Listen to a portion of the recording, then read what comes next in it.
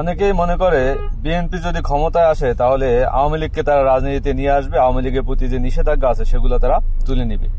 দীর্ঘ 17 বছর পর তারেক রহমান গতকালকে বিবিসিতে একটি সাক্ষাৎকার দিয়েছেন। সাক্ষাৎকারটি 44 মিনিটের এবং প্রথম পর্ব তারা প্রকাশ করেছেন, দ্বিতীয় পর্ব হয়তো তারা কিছুদিনের ভিতরেই আবার প্রকাশ করবেন। সেখানে তারেক রহমানকে প্রশ্ন করা হয়েছিল যে আপনি আওয়ামী লীগের রাজনীতির কি হবে, আওয়ামী লীগের রাজনীতি কি পুনরায় ফিরে আসবে কিনা, বা এভাবেই আসলে প্রশ্নটি ছিল। তো সে জায়গায় উত্তরে তিনি বললেন যে, বা প্রশ্নটি এমন ছিল যে কোন রাজনৈতিক দলকে নিষিদ্ধ করার পক্ষে কিনা, যেটা দীর্ঘদিন যাবৎ আওয়ামী লীগের ভেতরে থাকা কিছু ভারতীয় রয়ের দালাল ইসলামের টাকা খেয়ে তারপর বিভিন্নভাবে বিভিন্ন মন্তব্য করেই ইতিমধ্যে বিএনপিকে বিতর্কিত করেছিলেন। তো এরকমের প্রশ্ন বিএনপির ভারপ্রাপ্ত চেয়ারম্যান তারেক রহমানকে করায় তারেক রহমান তিনি উত্তরে বললেন যে কোনো ব্যক্তি যদি অপরাধ করে তারও বিচার হতে হবে, কোনো দল যদি অপরাধ করে তারও বিচার হতে হবে।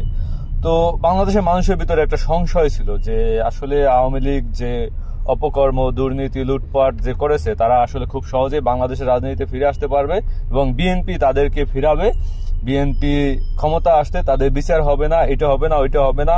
তো সেই জায়গা থেকে তারেক রহমান একটি স্পষ্ট বার্তা দিয়ে দিয়েছেন যে বিচার করলে ব্যক্তি যদি অপরাধ করে তারও বিচার হবে, দল হিসাবে কোনো রাজনৈতিক দল যদি অপরাধ করে তারও বিচার হবে। এবং আপনার আগামী নির্বাচনের পর বিএনপি হয়তো ক্ষমতায় আসবে এবং ক্ষমতা আসার পর তারা 2 টার্ম 3 টার্ম ক্ষমতায় থাকার একটা প্ল্যান পরিকল্পনা তাদের আছে।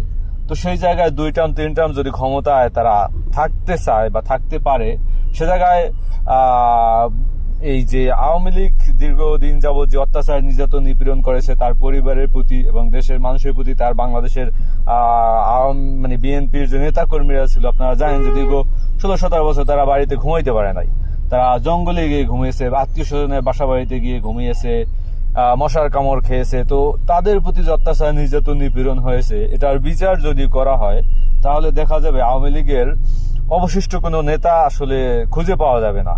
তো সেই জায়গা থেকে দীর্ঘ আগামী 10-15-20 বছরের ভিতরে আওয়ামী লীগের বাংলাদেশের রাজনীতিতে প্রবেশ করা খুব কঠিন হয়ে যাবে এবং তারেক রহমান যে বার্তা দিলেন সেটা আসলে এটাই মিন করে যে তাদের বিচার তারেক রহমান করবে। তো এই যে আশা, সেই আশা আসলে আওয়ামী লীগের গুড়েবালি এবং বিশেষ করে যে শেখ হাসিনার নেতৃত্বে এখনো আওয়ামী লীগ ফিরে আসতে চাইছে, এটা বোধহয় আওয়ামী লীগের একটা সব থেকে ভুল সিদ্ধান্ত। আওয়ামী লীগের রাজনীতিতে বিকল্প কিছু খুঁজতে হবে, বিকল্প নেতৃত্ব খুঁজতে হবে। বিকল্প নেতৃত্ব যদি তারা খুঁজে না নেয় বা সেই বিকল্প নেতৃত্ব খুঁজে না পায় বা কেউ যদি বিকল্প নেতৃত্ব হিসেবে দায়িত্ব নিতে অপারগ হয়, তাহলে আওয়ামী লীগের রাজনীতি মোটামুটি বলাই যাইতে পারে আগামী 30 বছরে বাংলাদেশে পুনরায় প্রতিষ্ঠিত হওয়ার সম্ভাবনা খুবই কম।